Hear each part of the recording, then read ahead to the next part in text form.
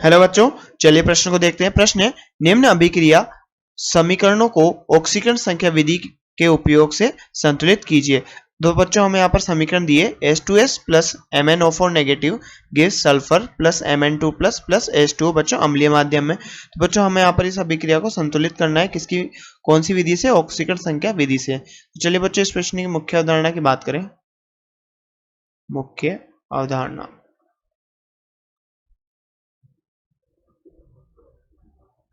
तो बच्चों यहाँ पर इस रासायनिक समीकरण की बात करें, क्या है? H2S plus MnO4 negative plus S plus Mn2 plus H2O। और बच्चे ये कौन से माध्यम में हो रही है? अम्लीय माध्यम में हो रही है। तो बच्चों दी गई समीकरण कैसी है? आयनित समीकरण है। ये आयनित समीकरण है बच्चों, आयनिक समीकरण है। तो हम इसे संतुलित करेंगे बच्चों यहाँ पर। तो सबसे पहले प्रथम चरण में बच्चों हम क्या करते हैं? प्रथम चरण में पद फर्स्ट, तो प्रथम पद या प्रथम चरण में बच्चों सबसे पहले हम इस अभिक्रिया की ऑक्सीकरण संख्या लिखते हैं। तो हाइड्रोजन की +1, सल्फर की -2, मैग्नीज की बच्चों +7, ऑक्सीजन की -2, सल्फर की बच्चों 0 और मैग्नीशियम की +2, मैग्नीज की +2 +1 हाइड्रोजन की और -2 ऑक्सीजन की। तो बच्चों यहाँ पर हमने सबसे पहले इनकी ऑक्सीकरण संख्या लिखी। अब बच्चों पद नंबर सेकंड यानी कि हम द्वितीय चरण की बात करें, तो यहाँ पर क्या करते हैं हम? उन यौगिकों को पहचानते हैं बच्चों जिनकी ऑक्सीकरण संख्या में परिवर्तन हो रहा है। तो बच्चों यहाँ पर सल्फर की ऑक्सीकरण संख्या में परिवर्तन हो रहा है और मैग्नीज की ऑक्सीकरण संख्या में परिवर्तन हो रहा है। तो H2S में बच्चों सल्फर कहां से कहां जा रहा है?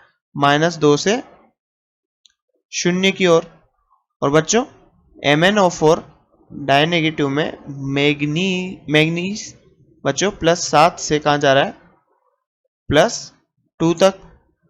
तो बच्चों यहां तो अपचयन हो रहा है और यहां बच्चों ऑक्सीकरण।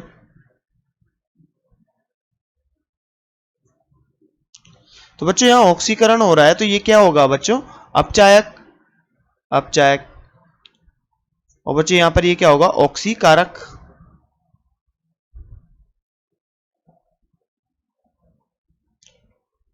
बच्चों तृतीय चरण में पद नंबर 3 में हम क्या करते हैं बच्चों? यहां पर देखते हैं कि कौन सा कितने इलेक्ट्रॉन ले रहा है। तो बच्चों H2S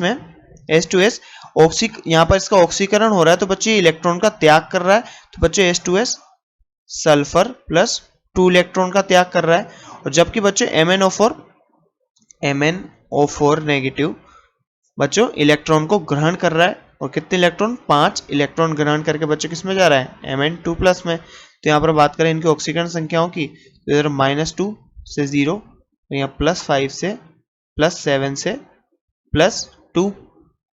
तो बच्चों अगर यहाँ पर 5 इलेक्ट्रॉन दे दिए जाए इसको, तो यहाँ पर किसमें? +2 में चल जाएगा। और यहाँ पर अगर -2 को 2 इलेक्ट्रॉन निकाल लिए जाए तो ये किस में चल जाएगा बच्चों? 0 में। अब बच्चों हमें यहाँ पर इलेक्ट्रॉनों की संख्याओं को संतुलित करना है, तो हम यहाँ पर बच्चों H2S को किससे गुणा कर दें? 5 से। और बच्चों हम MnO4 नेगेटिव यानी पर मैग्नेट आयन को बच्चों 2 से गुणा कर दें, तो यहाँ पर इलेक्ट्रॉनों की संख्या दोनों में क्या आ जाएगी? 10 इलेक्ट्रॉन। और यहाँ पर भी बच्चों कितने आ जाएंगे? 10 इलेक्ट्रॉन। तो बच्चों इलेक्ट्रॉनों की संख्या संतुलित होगी और इनसे अब हम रासायनिक समीकरण को संतुलित करें अगर, तो H2S प्लस MnO4 नेगेटिव से बच्चों क्या बना? Sulphur plus Mn2 plus H2O। तो बच्चों अब यहां पर हमने देखा कि हम सल्फर को कितने से गुणा कर रहे हैं? 5 से। मैग्नीज को 2 से। तो बच्चों पर मैग्नेट आयन को हम किससे कर रहे हैं? 2 से गुणा कर रहे हैं। और H2S को हम बच्चों 5 से गुणा कर रहे हैं। तो यहाँ पर क्या है? H2S और ये क्या है? पर मैग्नेट आयन। और इसमें बच्चों ये क्या है? मैग्नीज। तो बच्चों हमने यहाँ पर 5 से गुणा किया, तो यहाँ पर कितना आएगा? 5। और यहाँ पर मैग्नीज पर बच्चों कितना? 2।